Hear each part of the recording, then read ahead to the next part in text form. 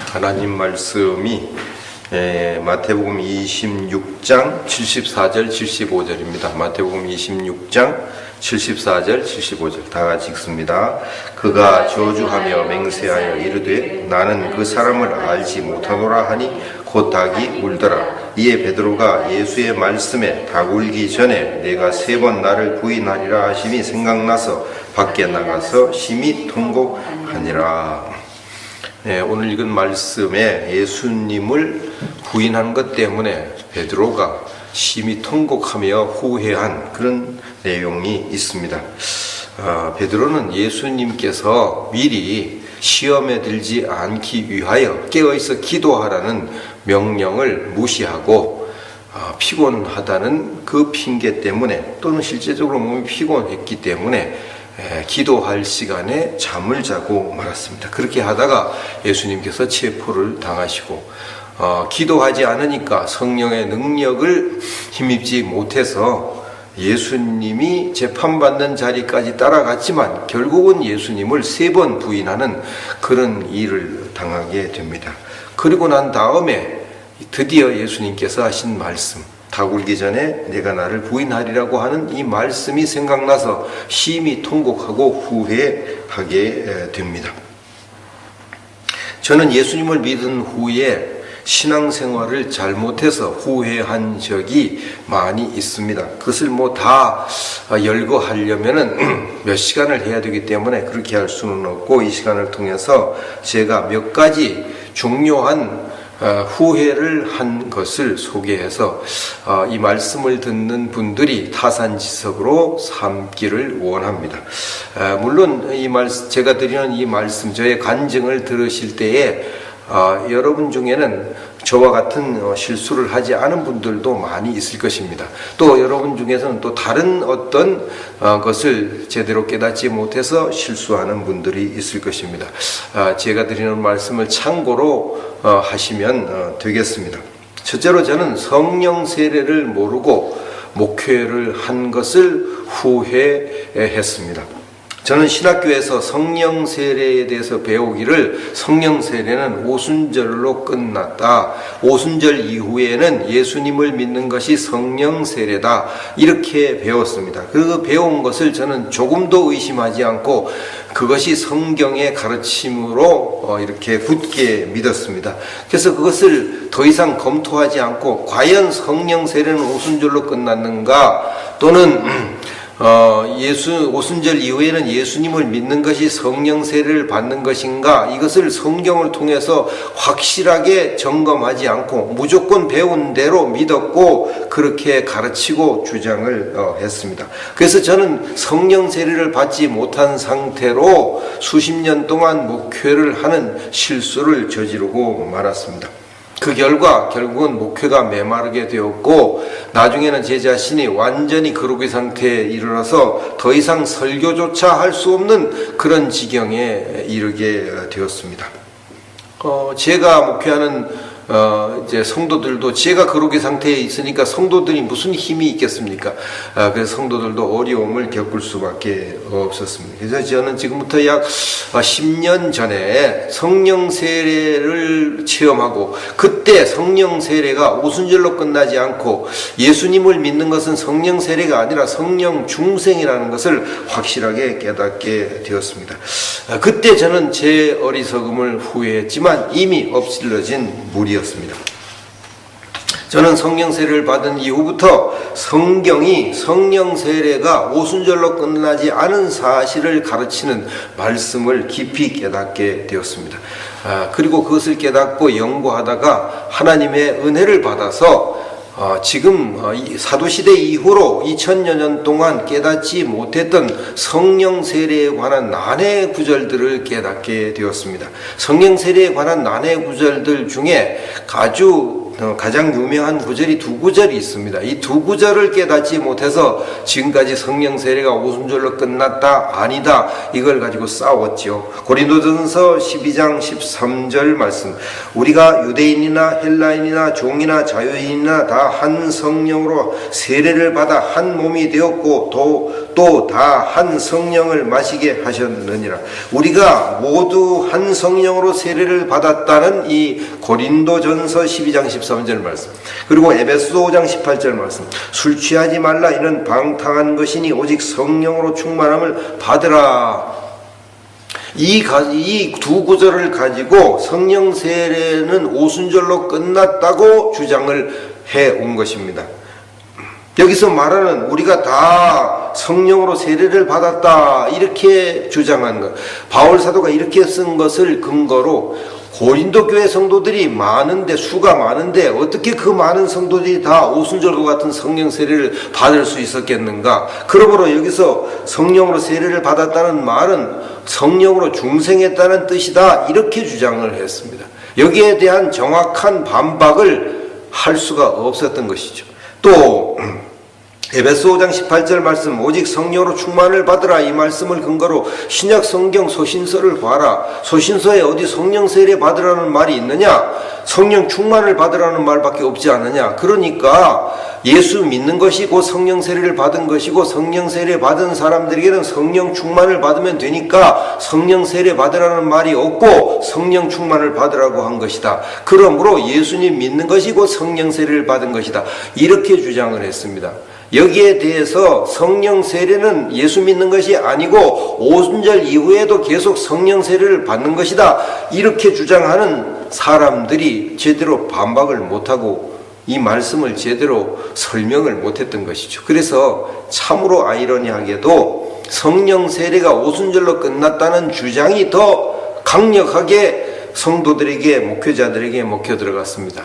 한국교회 같은 경우에는 성령 세례가 오순절로 끝났다, 예수 믿는 것이 성령 세례를 받는 것이다, 이것이 이제 한국교회의 아마 한 3분의 2 이상이 그렇게 믿는 이런 기현상이 빚어지게 되었던 것입니다. 하나님께서 제게 이 말씀이 왜 기록되었는지, 이 말씀이 어떤 뜻인지를 명확하게 가르쳐 주셨습니다. 그 가르쳐 주신 말씀 중에 하나가 사도행전 19장 1절에서 7절 말씀입니다. 아볼로가 고린도에 있을 때에 바울이 윗지방으로 다녀 에베소에 와서 어떤 제자들을 만나 이르되 너희가 믿을 때에 성령을 받았느냐? 이르되 아니라 우리는 성령이 계심도 듣지 못하였노라. 바울이 이르되 그러면 너희가 무슨 세례를 받았느냐? 대답하되 요한의 세례니라. 바울이 이르되 요한이 회개의 세례를 베풀며 백성에게 말하되 내 뒤에 오시는 이를 믿으라 하였으니 이는 곧 예수라 하거늘 그들이 듣고 주 예수의 이름으로 세례를 받으니 바울이 그들에게 안수함에 성령이 그들에게 임하심으로 방언도 하고 예언도 하니 모두 12사람쯤 되니라. 여기 에베소 교회의 성도들이 아볼로에 의해서 예수님을 믿고 바울에 의해서 예수님에 대해서 더 자세히 설명받은 후에 바울 사도가 그들에게 안수하니까 그들이 성령을 받았다 그랬어요. 그래서 방언도 하고 예언도 하는 오순절과 같은 역사가 일어났습니다.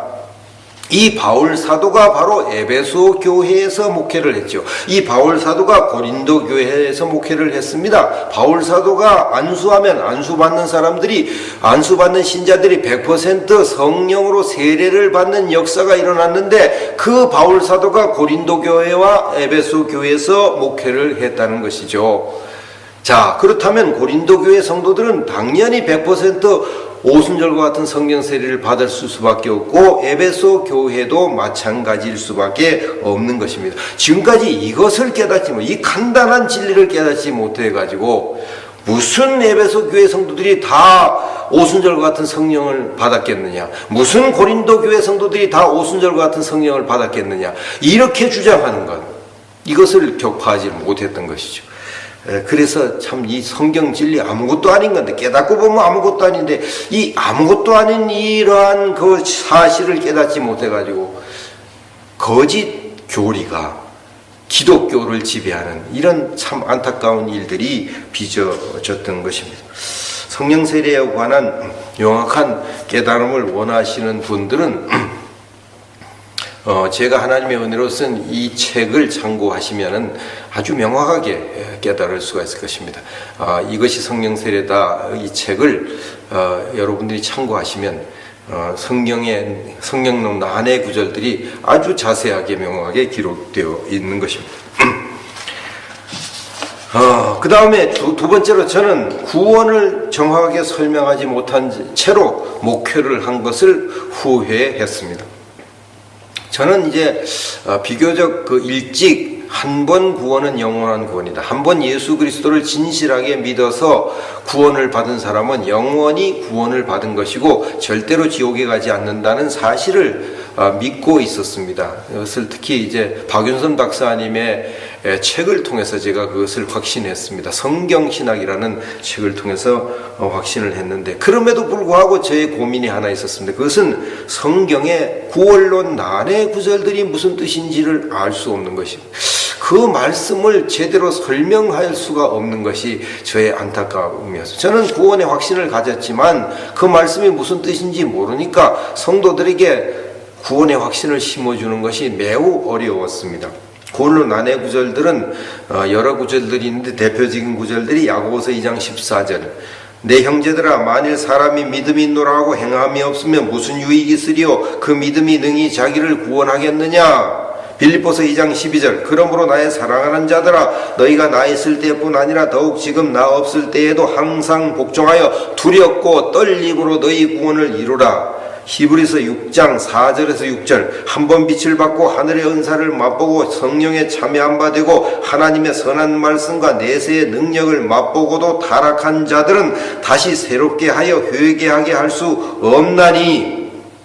마태복음 7장 21절, 나더러 주여 주여 하는 자마다 다 천국에 들어갈 것이 아니요 다만 하늘에 계신 내 아버지의 뜻대로 행하는 자라야 들어가리라. 분명히 성경은 은혜로 구원받는다, 믿음으로 구원받는다 이렇게 말씀했습니다. 그리고 한 번 구원받은 사람은 영원히 멸망하지 않는다고 주님이 말씀하셨습니다. 그럼에도 불구하고 이 말씀들은 자꾸 행함으로 구원을 받는다 이렇게 주장을 하니까 자, 이걸 도대체 어떻게 해석해야 될지 알 수가 없었습니다.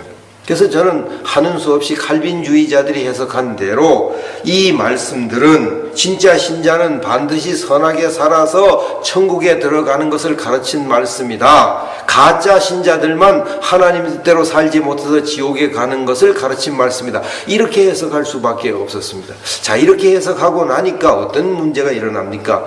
열심히 신앙생활을 하는 그러한 성도들은 나는 열심히 신앙생활하는 거 보니까 진짜 신자인가 보다 이렇게 해서 구원의 확신을 가질 수가 있는데, 마음에는 원이지만 육신이 약해서 자꾸 죄를 짓는 성도들, 또 죄를 짓고 마음에는 원이로도 육신이 약해서 회개하지 못하는 성도들은 나는 아무래도 가짜 신자인가 보다 이런 생각을 할 수밖에 없고, 그런 신자들은 진짜로 예수님을 믿음에도 불구하고 지옥의 공포에 시달리게 되었던 것이죠.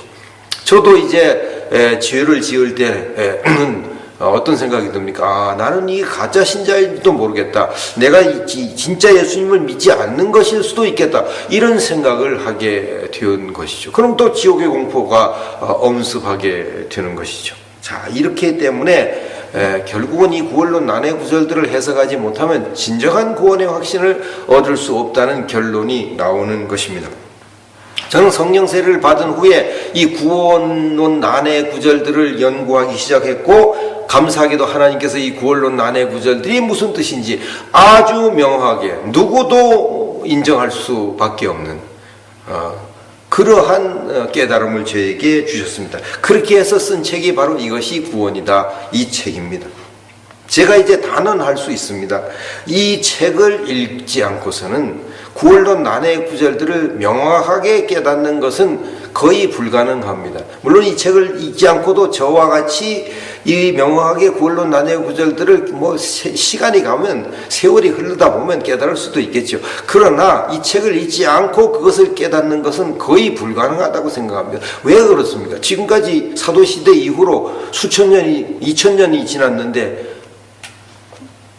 아무도 구원론 난해 구절들을 명확하게 못 깨달았으니까 거의 2000년이 되어가지고 하나님께서 저에게 이 난해 구절들을 명확하게 깨닫게 해주셨으니까 이 책을 읽지 않고 그걸로 난해 구절들을 깨닫는 것은 거의 불가능하다고 말하는 것이 옳지 않겠습니까?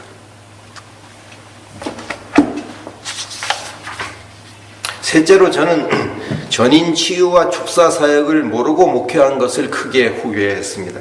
저는 30여 년을 목회하는 동안 전인 치유가 뭔지, 축사 사역이 뭔지 이것을 전혀 모르고 목회를 했습니다.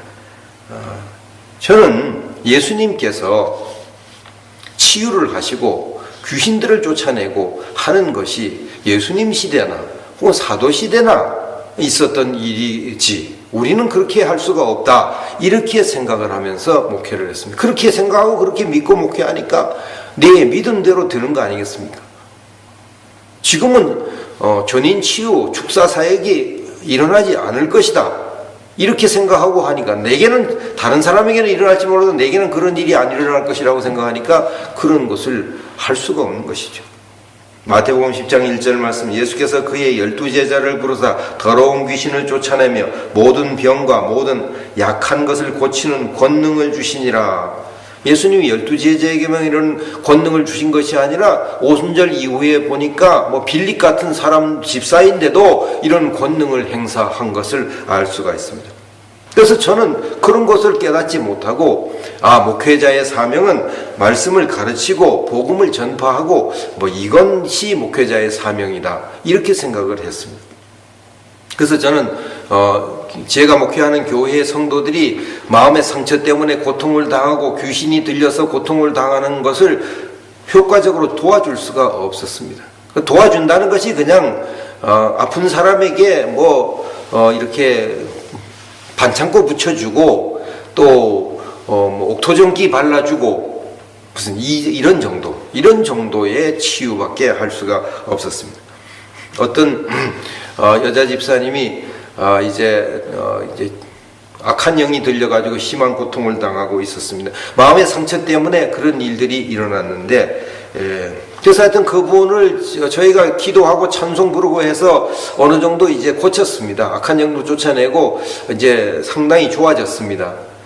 그러고 이제 그냥 좋아졌으니까 됐다고 내버려뒀는데요. 한두 달 지나니까요, 예전보다 더 심해지고요, 더 어려워졌어요. 그 다음엔 대책이 안 서는 것입니다. 누가복음 11장 24절 이하에 보면, 더러운 귀신이 사람에게서 나갔을 때에 물 없는 곳으로 다니며 쉬기를 구하되 얻지 못하고 이에 이르되 내가 나온 내 집으로 돌아가리라 하고 가서 보니 그 집이 청소되고 수리되었거늘 이에 가서 저보다 더 악한 귀신 7을 데리고 들어가서 거하니 그 사람의 나중 형편이 전보다 더 심하게 되느니라. 그 여집사님이 바로 이런 형편이 됐습니다. 악한 영을 쫓아냈는데요, 쫓아내고 얼마 있다가 보니까 더 심하게 됐어요. 더 심하게. 그건 대책이 안 서요. 참 이게 목회자로서 자괴감이 들고요, 내가 진짜 이게 목표를 하는 건지 성도들을 망치는 건지 알 수가 없어요. 근데 아무런 능력이 없고 대책이 없으니 어떻게 합니까? 그냥 그대로 지켜볼 수밖에 없는 것이죠. 저는 이제 양촌치유센터에 와서야 사람에게는 이 마음의 상처가 있고 이 마음의 상처를 치유하고 그 다음에 축사를, 귀신을 쫓아내야 악한 영이 쫓겨난 다음에 이 마음의 상처를 근거로 해가지고 들어와서 괴롭히지 못한다는 사실을 알게 되었습니다. 그래서 마음의 상처를 치유하고 충분히 회개시키고 그리고 난 다음에 축사를 해야 되는 것을 알게 되었습니다. 그래서 이제 그때부터 제가 무슨 마음의 상처를 치유받고 또 회개하고 또 축사를 받고 그리고 전인 치유 사역, 축사 사역, 여기에 올인을 했습니다. 정말 올인, 제 아내와 함께 아주 올인을 했습니다. 그렇게 했더니 하나님께서 비교적 빠른 시일 내에 저를 이제 치유 사역자로 세워주셨고 제 아내와 함께 아주 하나님의 은혜 가운데서 치유 사역을 하고 있습니다.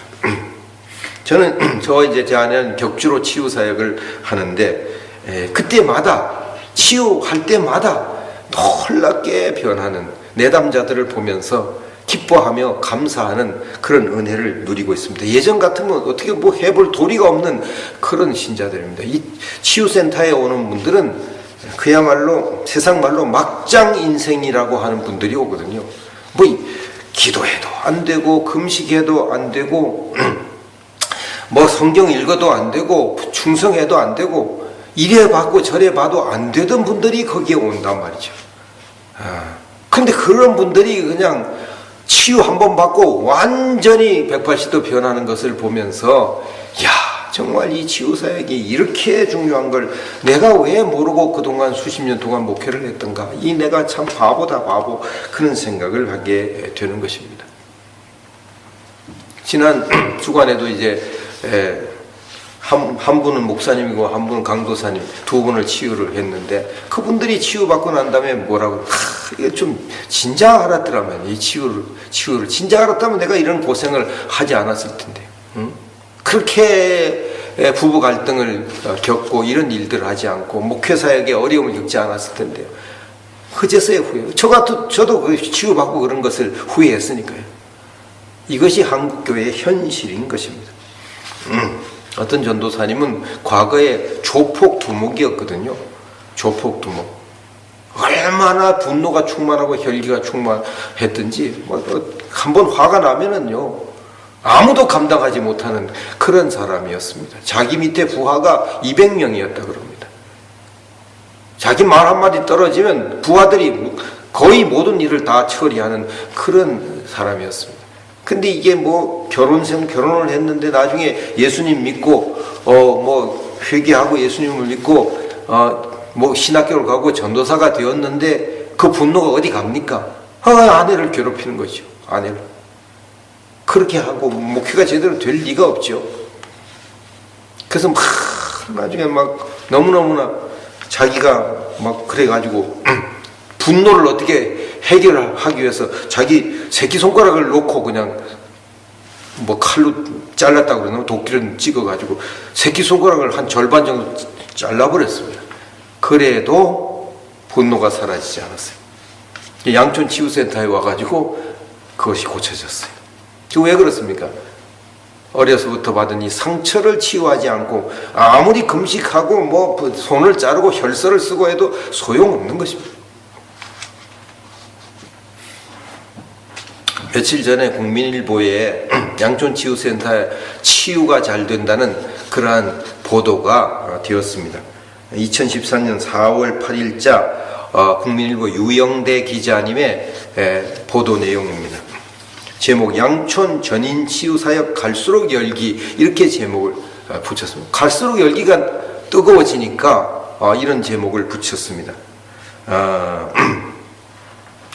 이게 작년과 이제 치유사역 그를 비교를 할 때 작년보다 치유력이 한 40% 정도는 더 나아지지 않았는가 이렇게 생각을 합니다. 그만큼 치유가 작년보다는 잘 되고 있으니까요. 그 열기가 뜨거워집니다. 금년 들어서 하나님이 은혜를 주셔가지고 치유가 확실하게 잘 되고 있습니다. 그러니까 소문이 나가지고요. 원래 이 3, 4, 5, 6 이 네 달은 비수기입니다. 왜냐하면 그때는 방학이 끝나고 농번기가 시작되고 그래가지고요, 내담자들이 오기가 좀 힘든 그런 시기입니다.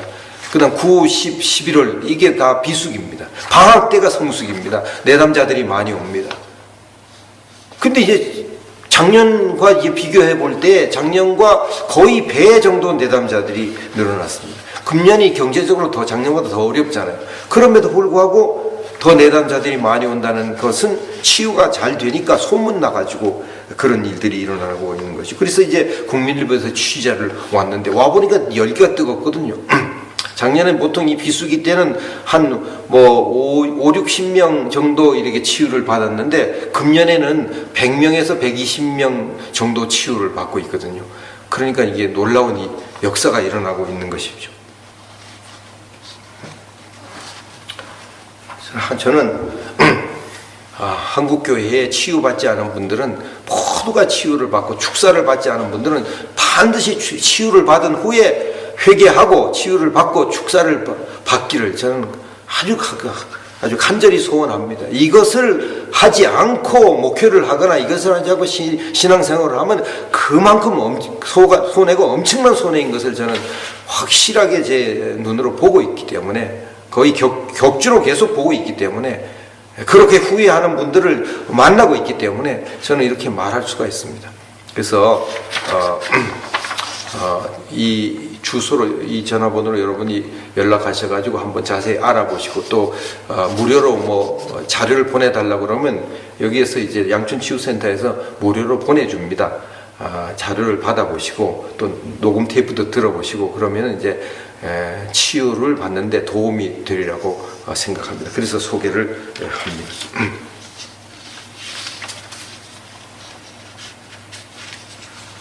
교회가 왜 목회자들이 왜 전인 치유와 축사에 관해서 가르치지 않는 것입니까? 양춘치유센터에 와서 저도 그랬습니다. 이렇게 치유가 중요하고 이렇게 축사가 중요한 걸 왜 내가 이걸 몰랐던가? 모르는 이유가 단순하지요. 단 한 가지죠. 신학교에서 목사님들이 신학을 배울 때에 전인 치유와 축사에 대해서 안 배우니까. 신학교에서 배운 대로 가르칠 수밖에 없잖아요. 안 배우니까, 신학교에서 교수님들이 안 가르쳐 주니까 그러니까 교회에서 못 가르치는 거죠.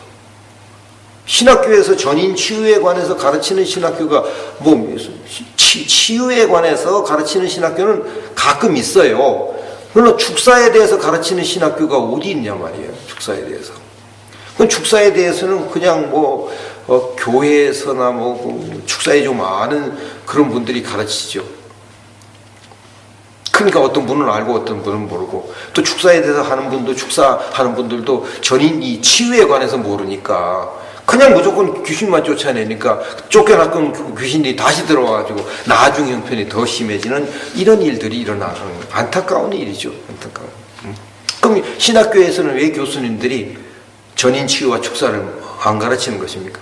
모르니까. 그 교수님도 해외 가서 박사학위는 받았지만 전인 치유와 축사에 대해서 배운 적이 없으니까 어떻게 가르칩니까? 자기가 모르는데 모르는 걸 어떻게 가르치냐 말이에요.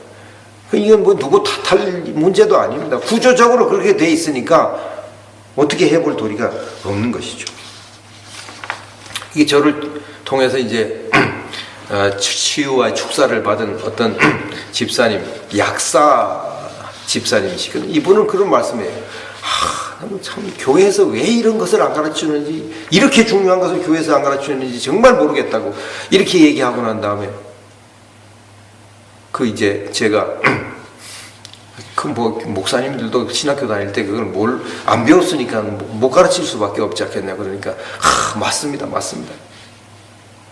목사님이 신학교를 이런 거 가르치는 신학교를 하셔야겠다고 그렇게 말씀하시는데, 하나님께서 저에게 이런 전인 치유 축사 이런 것을 가르치는 신학교를 하게 하실지, 아니면 제가 어떤 신학교에 가서 이것을 가르치게 하실지 그건 모르겠습니다. 하나님 어떻게 하실지, 어떻게 하시든지 이제 하나님이 이것을 가르치게 하실 것만은 분명한 사실이죠. 저는 이제 하나님으로부터 치유와 축사와 이것뿐만 아니라 구원론 난해 구절들, 성령론 난해 구절들, 종말론 난해 구절들, 상급론 난해 구절들, 지금까지 사도시대 이후로 풀지 못했던 성경의 난해 구절들을 엄청나게 하나님께서 가르쳐 주셨거든요. 그래서 이것을 다 풀어놓는 그런 신학교가 이제 앞으로 생긴다면 그 신학교는 머지않아서 세계적으로 이름이 나는 신학교가 되리라고 확신합니다. 지금까지 사도시대 이후로 아무도 이런 것을 가르친 데가 없으니까 세계적으로 이름이 날 수밖에 없는 것이죠.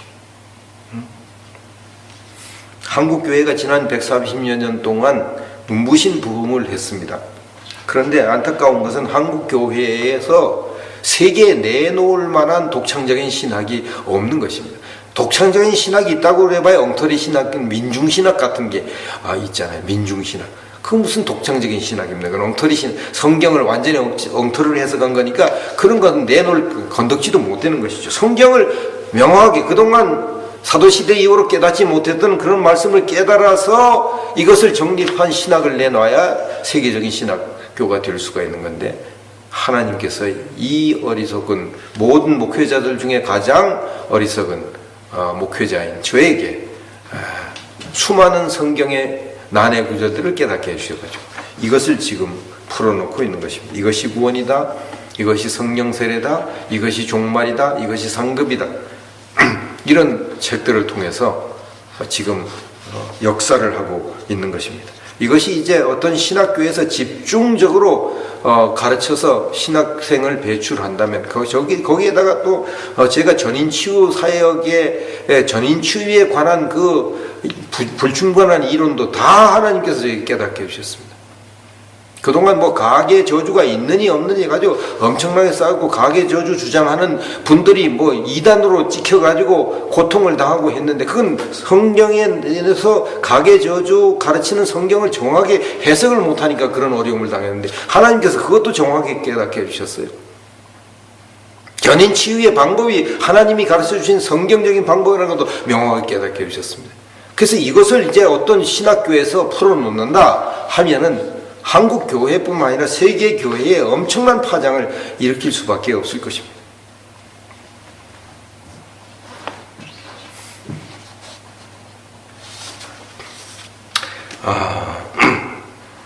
상식적으로 한번 말씀을 드리겠습니다. 지난 2000여 년 동안 사도시대 이후로 2000여 년 동안 성경의 구원론 난해 구절들이 무슨 뜻인지 몰라서 수많은 성도, 대부분의 성도들이 고통을 받았습니다. 그래서 칼빈주의와 알미니안주의가 갈라져 가지고 수백 년 동안 싸웠습니다. 어제 제가 유튜브에서 어떤 목사님 설교를 들어봤는데 그분은 알미니안주의 주장하는 목사님인데 칼빈주의 주장, 불가항력적인 은혜, 이것은 이단 사상이다. 이렇게 아주 강력하게 이단 사상이라고 주장해요. 하나님이 불가항력적으로 은혜를 주셔서 구원하신다는 이것은 이단 사상이라고 강력하게 주장을 했습니다. 좀 제가 웃고 말았습니다. 성경 모르니까 그런 식으로 이단이면 자기가 주장하는 알미니안주의제도 이단입니다. 왜요? 그분도 성경의 구원론 난해 구절들이 뭔 뜻인지 모르기 때문에 그런 주장. 성경 구원론 난해 구절들을 모르는 것은 칼빈주의자들이나 알미니안주의자랑 똑같아요. 근데 알미니안주의자가 칼빈주의자 보고 이단이라고 그러고 칼빈주의자들은 알미니안주의자 보고 또 이단이라고 그래요. 변승우 목사님이 칼빈주의자들한테 결국 이단으로 낙인 찍혔지 않습니까? 행함으로 구원받는다는 걸 지나치게 강조하니까 이단으로 낙인 찍어요. 서로 이단이래요. 서로 이단. 알미니안주의자들은 칼빈주의자들 이단이라고 그러고 칼빈주의자들은 알미니안주의자 이단이라고. 웃기지도 않아요. 구원론 난해 구절들이 뭔 뜻인지 알지도 못하고 상대방은 이단이라고 그러니까 하나님이 볼 때 얼마나 한심하겠습니까?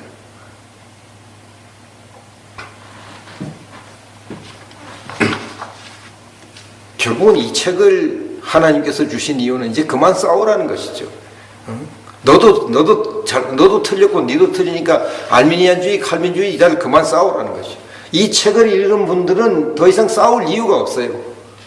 이 책을 읽는 분들은 칼빈주의 구원론이 옳다 이렇게 주장한 것을 부끄러워할 수밖에 없을 것이고 알미니안주의 구원론이 옳다 이것을 주장한 것을 부끄러워할 수밖에 없고 칼빈주의 구원론을 포기할 수밖에 없고 알미니안주의 구원론을 포기할 수밖에 없는 것입니다. 결국은 이제 이 구원론을 가르칠 수밖에 없어요. 그 한국의 10대 교회들은 그 정말 훌륭한 그 원로 목사님이 이 책을 가르치겠다고 이렇게 말씀하시는 거 아니겠습니까? 장로교회 목사님이신데 제가 만나보지 않았지만 존경하는 그런 목사님인데 그분이 그렇게 이 책이 성경의 구원론 난해 구절을 명확하게 해석했으니까 그렇게 말씀하지 그렇게 명확하게 해석하지 않으면 누가 그렇게 그런 말을 하겠습니까? 할 리가 없죠. 성경의 성령론 난해 구절들이 무슨 뜻인지 몰라가지고 그동안 성령세례 단회론과 성령세례 연속론이 사도시대 이후로 지금까지 피터지게 싸웠습니다. 구원론 난해 구절들이 뭔 뜻인지 몰라가지고 이제 하나님께서 저에게 이것을 가르쳐 줬잖아요. 난해 구절. 싸울 이유가 없잖아요. 서로 자기가 옳다고 주장한 것이 다 틀린 것을 알게 해 주셨으니까 얼마나 하나님의 은혜가 큽니까? 종말론 난해 구절들이 뭔 뜻인지 몰라가지고 전천년설, 후천년설, 무천년설 가지고 피 터지게 싸웠습니다. 그 나중에 서로 싸우다가 다 맞다고 하자. 전천년설도 맞을 수 있고, 뭐 후천년설도 맞을 수 있고, 무천년설도 맞을 수 있고, 뭐 누가 옳다고 주장하지 말자. 결국 그렇게 타협을 하고 지금까지 있는 것이죠. 그 종말론 난해 구절들이 무슨 뜻인지 모르니까. 요한계시록 1장 1절이 뭔 뜻이, 거기 반드시 속히 일어날 일이 뭔 뜻인지 모르니까. 요한계시록 12장에 나와 있는 그 독수리 날개를 타고 날아가는 게 뭔 뜻인지 모르니까. 용이 입에서 물을 강같이 토해가지고 여자의 후손들을 떠내게 하는 것이 뭔 뜻인지 모르니까 싸울 수밖에 없는 것이죠.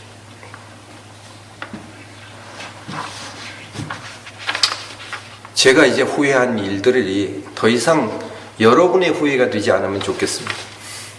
하나님께서 저를 통해서 이렇게 귀한 것을 깨닫게 해주셨으니까 이것을 보급할 책임이 저에게 있고, 또 여러분은 이 책을 어떻게 해서든지 구입해서 읽을 책임이 있는 것이죠. 제가 돈이 많다면 정말 무료로 다 보급할 그런 마음이 간절합니다. 실제적으로 어떤 목사님과 전도사님들 두 분하고 그 목사님은 이 책을 저에게 사가지고 한국교회 유명한 목사님들에게 매달 10몇 권씩 매달 지금 선물을 하고 있습니다. 이 책을 꼭 읽어야 되겠기 때문에 그렇게 하는 것입니다. 그 책을 받아서 읽는 분들 가운데 좋은 책을 선물해서 고맙다고 전화 오는 분들도 여러 분 있습니다. 또 어떤 분은 저에게 전화를 주시기도 합니다.